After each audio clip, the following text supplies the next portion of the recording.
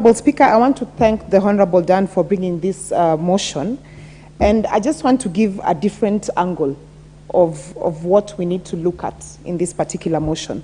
Because, Honorable Speaker, anything in this world that has an illicit tag to it becomes automatically sweet for people to want to go for it. Be it prostitution, be it alcohol, be it betting, anything that has that tag.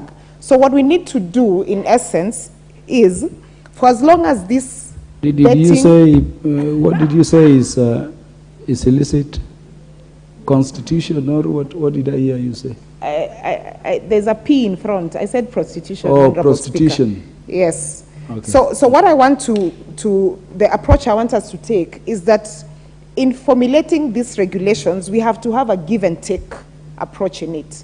And the reason why I say that, and just to add to what my sister has said, is that some of these betting companies have really supported our sports. Yeah? Just the other day, Harambee Starlets were in training for a whole month, and they could not even go and attend a friendly against Albania because they did not have sufficient funds.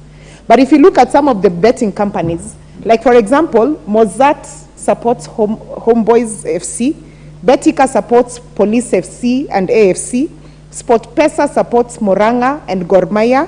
We have sports companies and clubs that are actually suffering right now, and we have to raise funds on a weekly basis, like Shabana from back at home, who are doing extremely well, but they don't have anyone to support because the government doesn't have enough sufficient funds to support our sports. So what we also need to do in our regulations is to look at a way that ensures that some of these betting companies that are actually supporting our sports, that are gaining revenue from it and supporting our sports, how are we also supporting them, just to encourage them as well? Because regulation is good, yes, but at the same time, it has to be a regulation that also seeks to find out how are we also giving back. Because when we create laws in this country, they have to be laws that also encourage investment and revenue earning. Number two, the media companies. Because a lot of media companies, when you look at it right now, Honorable Speaker, be it FM stations or TV stations, they've gone into that space. Why?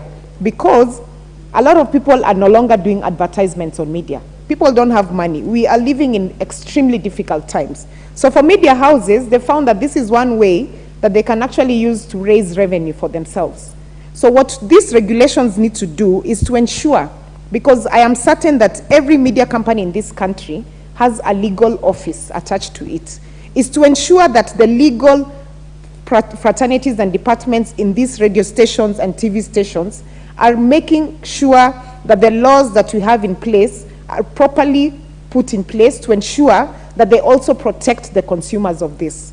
Honorable Speaker, if you look at the Sports Amendment Bill of 2018, and in particular Section 12(1)(2) of A and B, it actually states very clearly that proceeds of any sports lottery taxes levied on betting companies should ideally go to the sports fund, so that then the sports fund can assist to make sure that the different teams that we have in this country are supported. The question we should be asking ourselves is this really happening?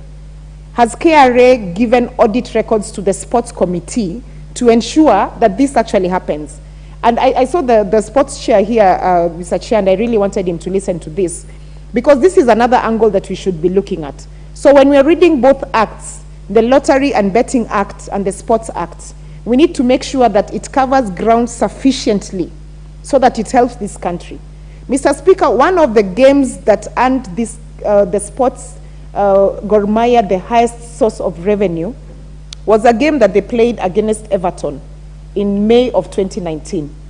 And that particular game was a full stadium in Kasarani. I remember I was in attendance. That particular game, through SportPesa, who did extreme marketing online, on social media, on radio, on TV, was full capacity. And full capacity because it ensured that people paid for the game, people put a bet to either support Everton or Gor Mahia, and because of that, the team was able to actually pay allowances for its players and coaches, and they were able to actually serve the sports fraternity. So what I want us to do is, let's not only look at the bad side of gambling, because for as much as we can sit here all day and say that we want people to stop gambling, we want people to stop putting money in gambling, there's nothing we can do about it. People will still go out there and gamble. People will still go out there and put money into these betting companies. What we need to do is make sure, are we milking enough from these different companies to ensure that the government also has an extra source of revenue to support some of these facilities that they cannot support. Right now in this country, Honorable Speaker, we don't even have medical insurance for our sporting men and women. We have sporting men and women out there who have retired prematurely because they are not able to get proper medical facility. So let's not come out and injure the people who are at least trying their best to assist in whichever way that they can to make sure that this continues, even as we go out to seek solutions.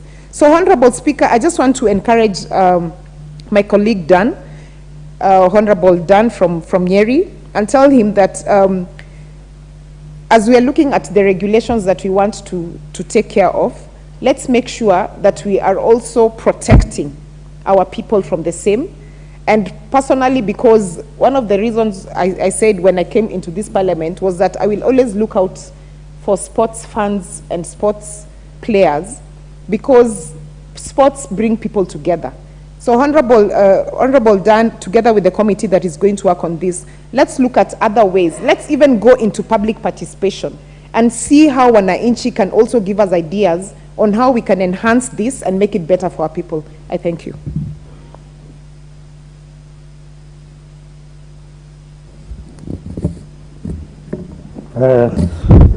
Thank you, Mr. Speaker.